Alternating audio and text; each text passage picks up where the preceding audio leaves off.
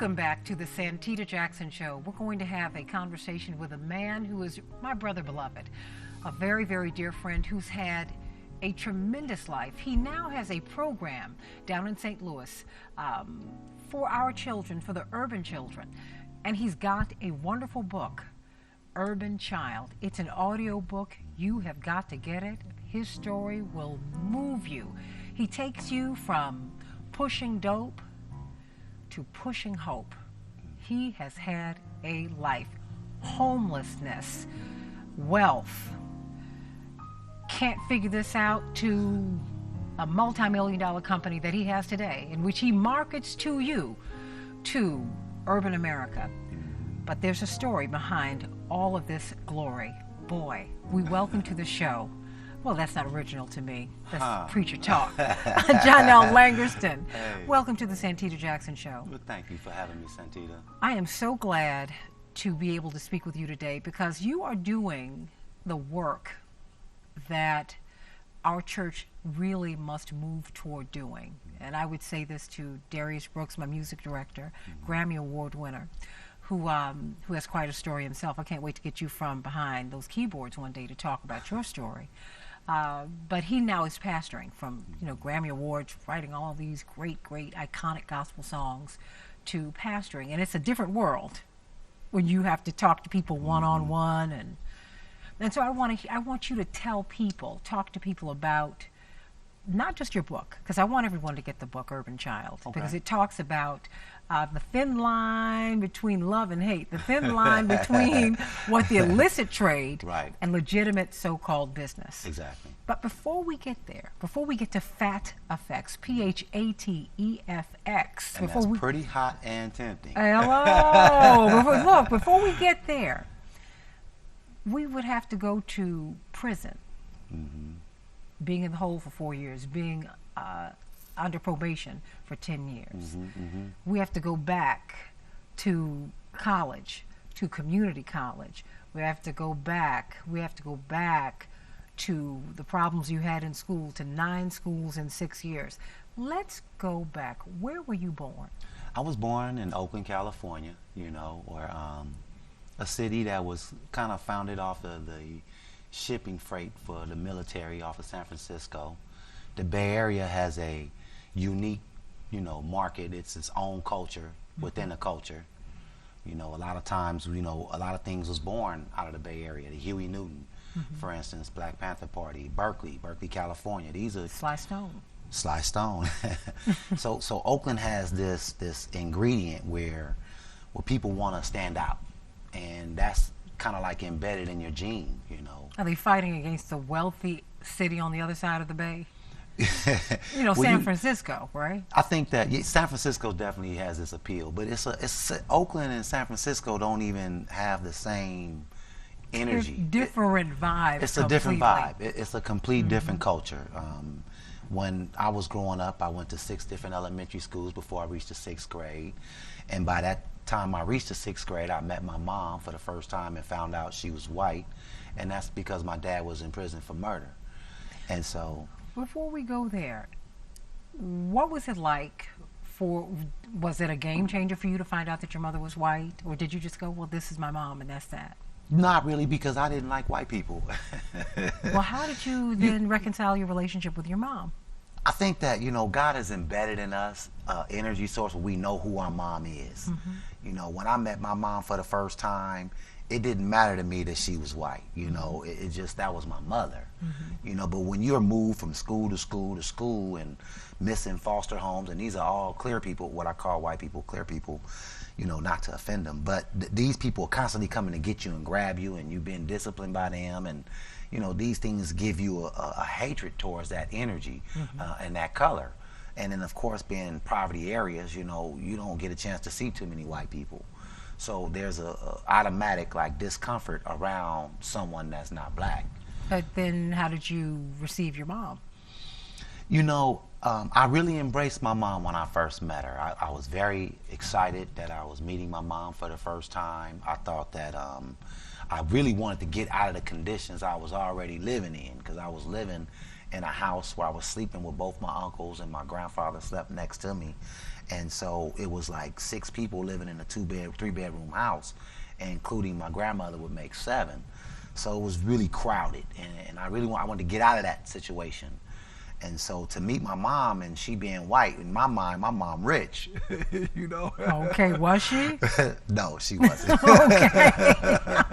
Well, what But about that's the image. Well, what about your dad? Yeah, it is, but it's not true. Right. But what about your father? Did you ever go see him? You said he was in prison. Right. He was in a halfway house. He was accused of a homicide, and you know, growing up in the inner city, that becomes a part of your lifestyle. Going to see my dad was like fun to me. You know, I'm getting ready to go into the halfway house and visit him. It's like going to the park. Mm-hmm. You know, it's natural in the subculture that I come from. It's not even the subculture. You know, it's the culture. It has become the culture. You know, yes. I mean, they call it you know, because sub is under, it's less than. Mm-hmm, mm-hmm. I mean, it's just, we live how we live. Right. I mean, but did you ever feel, I mean, did you have other friends who were in similar circumstances? Everyone around you, obviously, you know, your whole family, you know, it's a common thing to see someone in your family go to jail. That's like almost getting your badge of honor. In the inner city area, when you go to jail, you come out buff, strong. That's all you think about, you know, people coming home, being swole and taking over the neighborhood because they the strongest one on the block.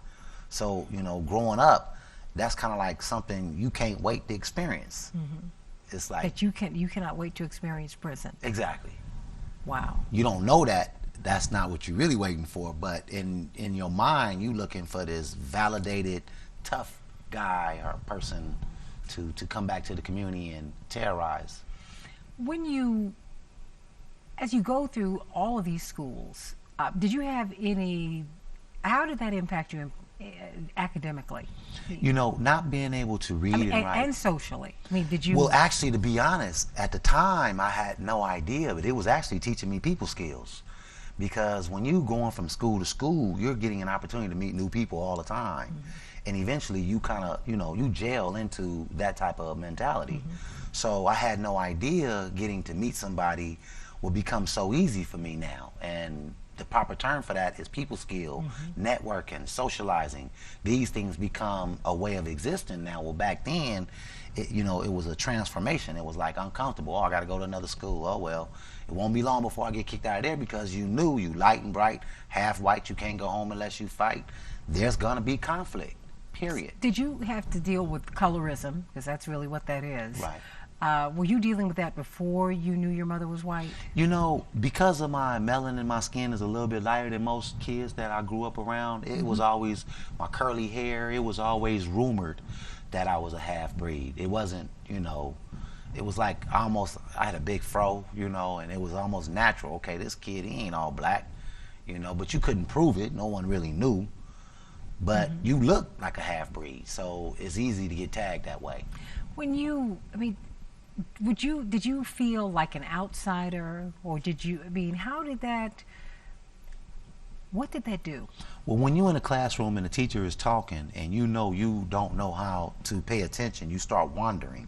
So it's like, okay, here you are teaching a curriculum and I don't understand what's going on. So the first thing I'm gonna do is start communicating. With all of these schools, could you read? I mean, because I cannot imagine. Not past the 3rd grade. Really? I couldn't read past the 3rd grade all the way up to my prison incarceration. And I went to college and everything and never learned how to read or write past the 3rd grade. How did you get to high school? You know, I believe that the system has been, you know, it's almost like it's called ADA, you know, average daily attendance. You know, we need bodies in these chairs, mm-hmm. so they create programs. I'll give you an example. I was always good in math. So instead of me getting Algebra 1, I got Algebra A because I lived in what they call a red line area. Red line areas are areas where people are poor. You get higher insurance in red line areas. So if your zip code is in this particular area code, you can't afford to go to school. So I'm going to give you curriculums that are not transferable units. So even though I did well in math and not everything else, I was in these special ed classes. And these classes are you could just show up and get a grade. It's kind of like you dummy down the culture by saying, okay, if you show up and you stay in the class all day, I'm gonna give you a grade. That's half your grade. The other half of your grade is if you pay attention. You don't have to turn no work in, and you can still pass. As you, having had that experience, having been someone who was discounted, right? Because when you went to high school, you were actually, you could have been kicked out. If zero tolerance had been the order of the day then, you would have gone to jail far sooner than you did. Oh, without a doubt. But I had one thing in my favor. My mom is white, you know. And because of that, in that time zone, whenever I did get in trouble, I remember one time in particular, Mr. King class, never forget it, at Malcolm X Elementary School. We had career day. Fire department came in. The guy was giving a thing, and he was asking everybody, what you want to be when you grow up? And I couldn't wait for my turn. He like, what you want to be when you grow up? I said, I'm going to be a drug lord. I said, as a matter of fact, like. And the class burst out into laughter, and everything was going on. Now, Mr. King was kind of cool about it, and he let the day go on, but he had made a call to my mom, and he was suspending me for that. And I didn't notice, so I'm sitting in the back again, messing with somebody next to me, you know, talking, and then the door opens, and I'm study talking, and as the door opened, the class get quiet. And I'm like, okay, what everybody tripping on? I look up, it's my mama at the door. I'm like, oh my goodness. I started hiding. I'm like, now everybody see, it's Mama White. And Mr. King was like, who you here to see? And he said my name all the way across the room. I wanted to throw a book at him that day. But I was so embarrassed that my mom came to my elementary school and showed everybody that she was my mom.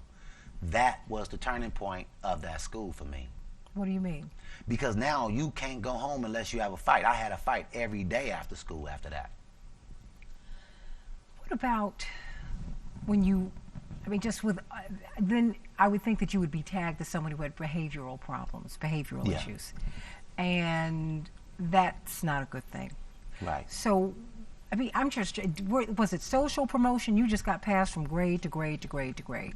Absolutely. And as time progressed, you know, and when I did get in trouble, you know, as in that incident there, you know, you'd find that the teachers and the principals would show favoritism to my mom. And then once they realized that she had a black child, they couldn't go back on what they were going to do because they couldn't put two and two together. When she come in to pick up the child that's in trouble, it's like, well, who's your son? You know, but first you get the good treatment.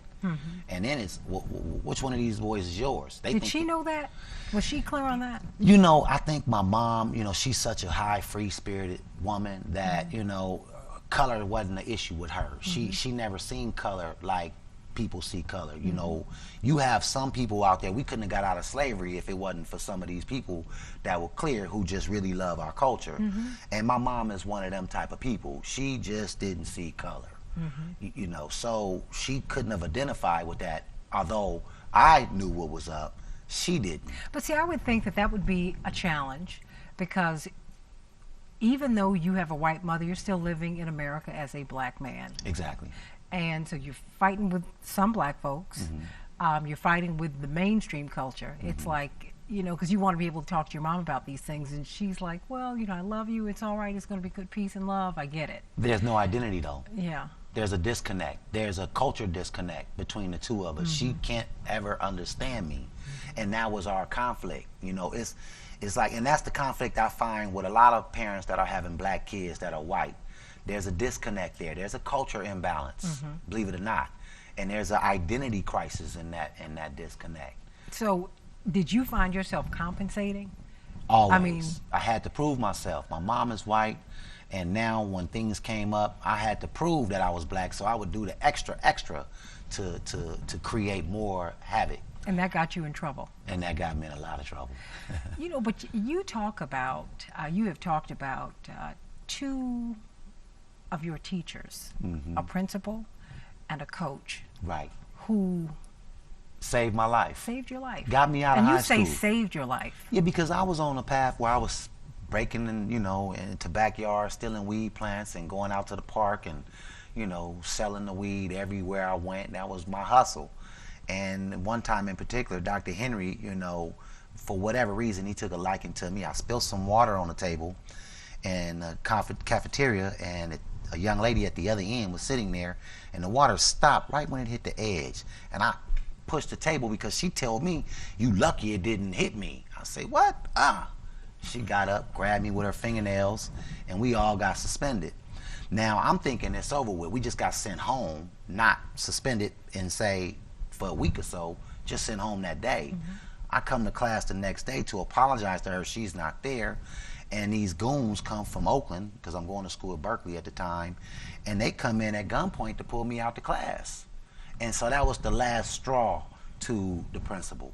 And so at this point, he made it clear if I was to get back in Berkeley High, I had to go and put this energy towards something else, which is running track. And he put me under the ring of Coach Willie White.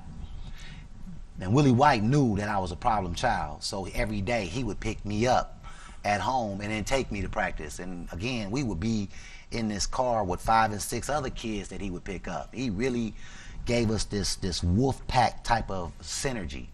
And well, was it wolf pack or was it family? You know, it was such a when I use the term wolf pack, because we felt we were a bond. We had this synergy that, in fact, it was the first time in history we won state meet, boys and girls, and broke 13 national records doing it. So it was like Berkeley High had set precedents in 1981.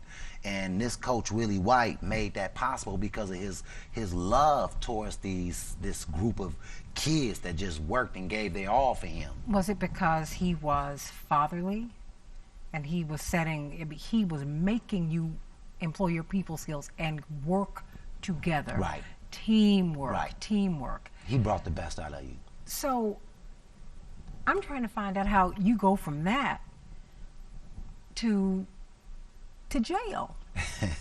Well, you know, it's interesting because I couldn't read or write past the 6th grade, so I ended up getting a scholarship to the University of Georgia. And I'm like, okay, I'm about to go out here and hang out. I went on a visit, and I was hanging out with Dominique Wilkins and Melvin Latney. And at the time, Dominique was like the man at the University of Georgia. Oh, yeah. So I'm walking in the club at the Ponda Inn somewhere in Athens, Georgia. And everybody looking at Dominique like, look at this, man. What's up, Dominique? He's like, I'm looking at him like, whoa, I love this. I can get with this. So, you know, this type of attention was kind of cool to me. And so, you know, we hung out that night, and it was like, whoa, magical for me. But when my grades came back, I couldn't get into the school. So I had to enroll in a junior college, and in junior college, I tried at Alameda for a quarter, because they got quarter systems and semester systems. For the first quarter, this coach wasn't giving me what Willie White would give me. He was like, you know, he looking at me like I'm the star, and I'm like, man, I need to be trained to be a star, you know, but you don't have what it takes to train me. And you were accustomed to that hands-on exactly, attention. that more like, get up, that more like, you know, I want to say stricter, firmer hand. And so I just left there and went to Merritt College, and they just somehow came up with grades and gave me classes and just kind of like gave me whatever I wanted. What do you mean they came up with grades, Johnelle? What do you mean? Because you got to keep in mind that after a certain point on the semester system, you're no longer allowed to enroll. But as an athlete, they made that happen. So they backlogged my time frame of being in a classroom some kind of way and got me into Merritt College. So then I competed for Merritt and did real well there. And then you know, at this point, I recognized that I'm worth some money now. I'm an athlete. I want to be paid. So I'm like, okay, if y'all not finna pay me, you know, this apartment ain't enough y'all giving me. I need more. So I decided to pack up and go to Mount Sac, where they were paying more money. You know, Okay. Yeah. So I mean, so as we see these, just sidebar, as we see these athletes getting into all this trouble, just based upon, you know, boosters giving them money. Right. You're saying, wait a minute, the game is in the system. Right. You know, it's set up this way. And it's real. Unfortunately, we think, oh, okay, this don't happen in school. No, it do happen. In fact, so much so, I remember competing in a track meet in Oregon, and Johnny Gray, which at the time wasn't our American record holder, Joe Douglas, which is the guy who coached Carl Lewis and all these other famous athletes, you know, there was an envelope that was slid underneath his door, and it was packed with cash. I was like, yeah, I'm seeing the picture now. When you see the American educational system then, just having had these experiences, I mean, at every level, you see the inattention that our children receive. I mean, they're not getting what they need. Is this what has inspired you? You have this multi-million-dollar business. And I wish you could see it in Los Angeles, because it is something incredible. Yeah. Incredible. I've been blessed. Oh, yeah, and you've been a blessing to a lot of people. Thank you. But you did something really interesting. You said, okay, I want to take all of these blessings, and you and your wife, big shout out to Mrs. Langerston, because we love Tasha, we love her, because she's got a program, we've got to get her back here. From girls to women. Absolutely. But you all picked up out of LA, and you bought an elementary school campus. It's not let's get it straight. It's not an elementary school. It was a school, and you know, this school was operating for over 100 years. In St. Louis. It has a church that holds about 800 people, that was built in 1887, where the sister that invented the hot comb came to get her education at. There's a tunnel in my bowling alley underneath my gym. Madam C.J. Walker. Right. Oh, boy. And that tunnel goes to the Mississippi River. This is how they had to come in. This was part of the Underground Railroad. Exactly. Wow. So this landmark that I purchased and turned into my home, I opened it up to the children so that they can see someone themselves living like this. It takes up almost the whole block. So it's like, okay, who is this fool that brought up all these bricks? And so now I want you to be me, you know. But if the people who are established in mainstream America is not coming back and moving, I'm in College Hill. This is where all the killings is taking place in St. Louis. You know, no one think that you you start getting money, you're gonna leave. Okay, you start getting money. I ain't mad at you going to Ethiopia and wherever else, but our culture here in America is suffering. It's interesting, because I know my father talks about the time, well, because he grew up in the 40s and the 50s, he and my mother did. And I hear a lot of people from that time who say, you know what, the tragedy now is that in our neighborhoods, you don't see the most successful people. Exactly. You know, there was a time when your doctor lived around the corner from you or across the street. I mean, segregation was such that we were all living together. Now, I'm not saying that we all have to live in the same spot, but you do need to come back and give back. Because you said now this neighborhood, these kids, success is not alien to them. Now it's right up in their faces. You're like, no, I live here. I live with you. Exactly. What is this program? Urban Born. Born. We motivate kids to want to learn. You know, this is a you know, so unorthodox you make way. Urban positive. Exactly. Because, you know, I heard you earlier talk about this subculture not being, you know, a subculture in its way of thinking. It's ours. It is ours. But, you know, I like to express one thing in particular about this particular culture. We don't have Africa. We don't have Europe. We don't have the soil. And I like to really make this clear. We come from slavery. We the only culture ever in history to come from slavery and stay in the same area with the people who enslaved us and grow out. It's never happened in human history. And so I always teach people this. If you take a fish tank and you put a bunch of trout in this fish tank, and trout love to eat guppies. They just love to eat guppies. So you put a piece of glass in this fish tank, and you got guppies on this side and a trout on this side, and they see the guppies and they constantly trying to hit it, but they can't. They can't get it. They can't get it. They can't get it. So now you do that for 90 days, and then you take that glass out. The trout will starve themselves to death before they eat that guppy.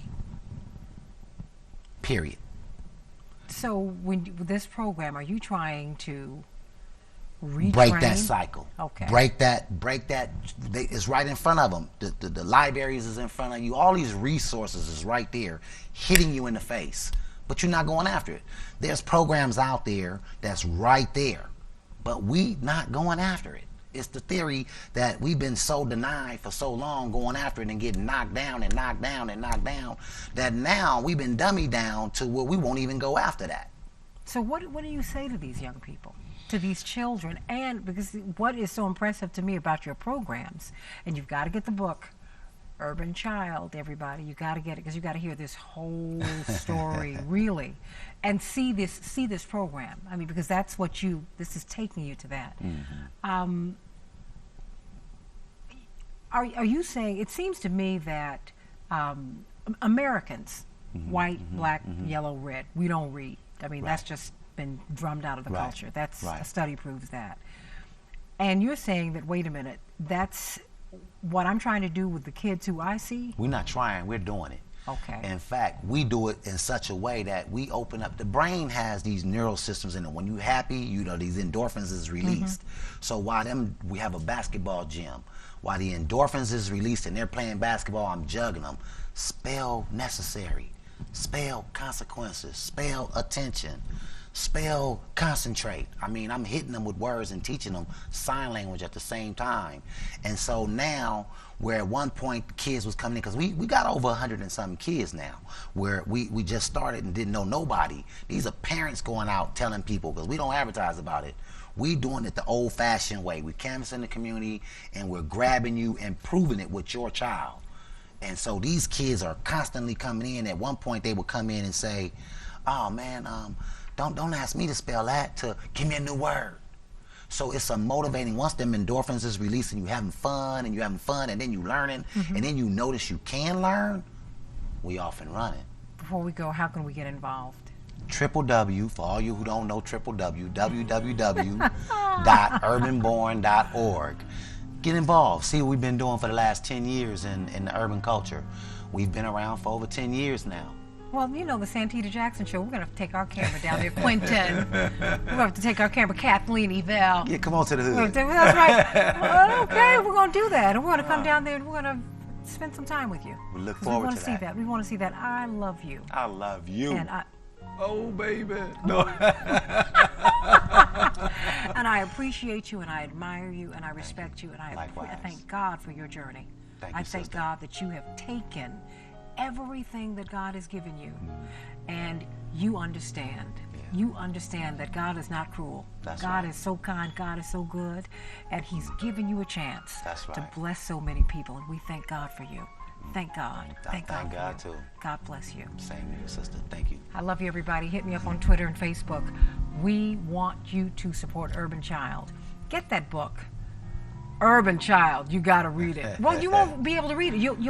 It's an audiobook, and I love it. I do. I really do. And I want you to hit me up on Twitter and Facebook, and let's talk about it. We want to get down there we want to get down to St. Louis. Yeah, come on down. I can't wait. I love you, Jonelle. Oh, baby. But I love Mrs. Langerston even more. And these children, my godchildren down there. See you next week on the Santita Jackson Show. All right.